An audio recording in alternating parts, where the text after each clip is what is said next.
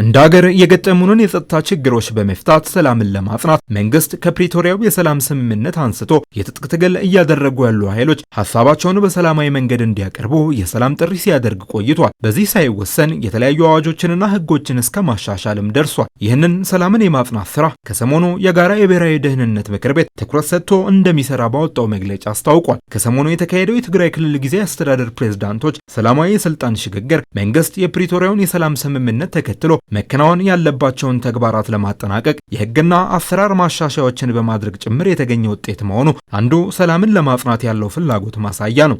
ሰላምን አረጋግጦ የህዝቡ ጥያቄን መፍታት ፕሪቶሪያ ስምምነትን ሙሉ በሙሉ እንዲተገበር ማድረግና በዛ መጠን አሁን ያለውን ውጥረት ሆኖ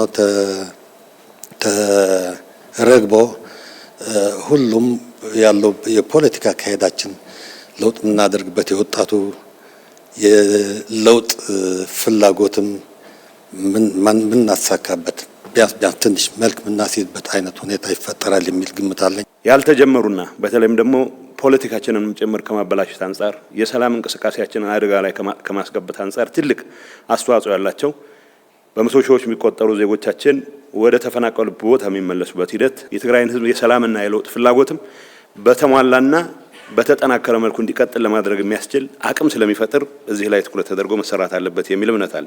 ጠብን ያራቀ በጣም ብዙ ምኞቶች ነበሩ አካባቢ ላይ ጦርነት ዳግም እንዲነሳ ያንን የሻረ አልዋልታን የሻረ ከእንደገና የሰላምን እድልና ለሰላም በር የከፈተ ሚገርም የመንግስት አቋም ይዞ ነው የመጣው የፌደራሉ መንግስት። ሰላማዊው የስልጣን ሽግግሩ የፕሪቶሪያው ስምምነት ቀሪ የቤት ስራዎች ተፈጻሚ እንዲሆኑ የሚሰጠው ከፍተኛ እድል እንዳለ ሆኖ የትግራይ ህዝብ ዘላቂ ሰላም እንዲያገኝ ያስችላል ነው የተባለው። እነዚህን ስራዎች ለመስራት የህዝቡን የለውጥ የሰላም ፍላጎት ተጠናክሮ እንዲቀጥል ለማድረግ የተጀመረ እንቅስቃሴ ውስጥ በቅን ልቦና በሁሉም አቅማችን የምንረባረብ ሆነን እኔም በግሌ አቅሜ የፈቀደውን ሁሉ የምሰራ መሆኑን በዚህ አጋጣሚ ማረጋገጥ ፈልጋለሁ። የህዝብን ጥቅም ሊያረጋግጥ የሚችል ግለሰቦችንና ቡድኖችን ሳይሆን ህዝብን ማዕከል ያደረገ ያለንበትን ወቅታዊ ችግር ለመፍታት የሚያስችል እና ግብአት ሊሆን የሚችል በፕሮግራሙም ላይ ከሆነ የተሳተፉት ዓለም አቀፍ ተቋማት በሙሉ ኢንስፓየርድ ነው የሆኑት። ምክንያቱም የኢትዮጵያ መንግስትም እያቀረበ ያለው ኮሚትመንት ከጊዜያዊ መስተዳደሩም ለማድረግ እየገባው የነበረው ኮሚትመንት በጥቅሉ የህዝቦችን ሰላም ሊያረጋግጥ የሚችል ስለነበረ በዚህ አይነት የተቃኘ ነው ብዬ አስባለሁ። የስልጣን ርክክቡ ሲፈጸም ተተኪው ፕሬዝዳንት እንዲፈጽሟቸው የሚጠበቅባቸው ስራዎች እንደ ሀገር ሰላምን ለማጽናት የተያዘውን እቅድ ለማሳካት እንደሚያግዝም አቶ ማሩ ተናግረዋል። መርህ የጠበቀ ነው፣ ህጋዊም ነው።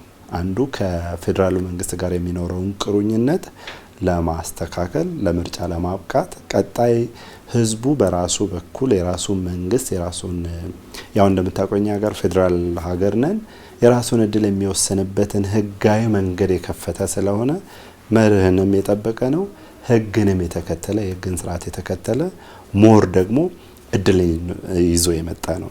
ተከፍቶ ያየነውን ሰላም ለማጽናት እና ችግሮች አሉ በሁለቱም ወገን እነዛን ችግሮች ደግሞ የሚፈታበትን ጌት ስለሆነ በዚህ ብታይ የተሻለ ውጤት ያለውና በዚህ ቢገመገም መልካም ነው ብዬ አስባለሁ።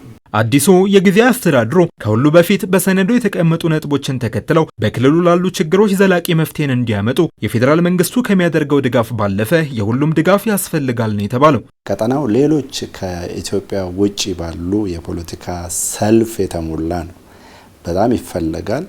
እነዛን ማኔጅ ማድረግ የሚችለው አዲሱ የጊዜያዊ የትግራይ ፕሬዝዳንት የህዝቡን ኤግዛክትሊ ኢንትረስት አይደንቲፋይ ማድረግና ከህጉ አንፃር ለዛ ስትራግል ማድረግ ይጠበቅባቸዋል። እሳቸው በግል ምንድነው ኤግዛክትሊ የሆነ ያለው ነገር ሊሆን የተገባው የምንደርስበት የህዝቡን ነው ማለት ያንን ኦፕን በቡድን የተደራጁ በጣም ብዙ ፍላጎቶች አሉ። እነዛን ፍላጎቶች ከህዝብ ፍላጎት ልክና ቁመና አንፃር እየገመገሙ ከፌደራሉ መንግስት ጋር በህጋዊ ሰንሰለት ኢንፎርማል ሳይሆን የታወቀ ለመተቸትም ለመደነቅም ኦፕን በሆነ መልኩ የታወቀ ግንኙነት በማድረግ የተሻለ ውጤት ማምጣት ይችሉ ይሆናል። ይሄንን ቢያደርጉ ግን እንደ ምክረ ሐሳብ ማነሳው ነው ማለት ነው።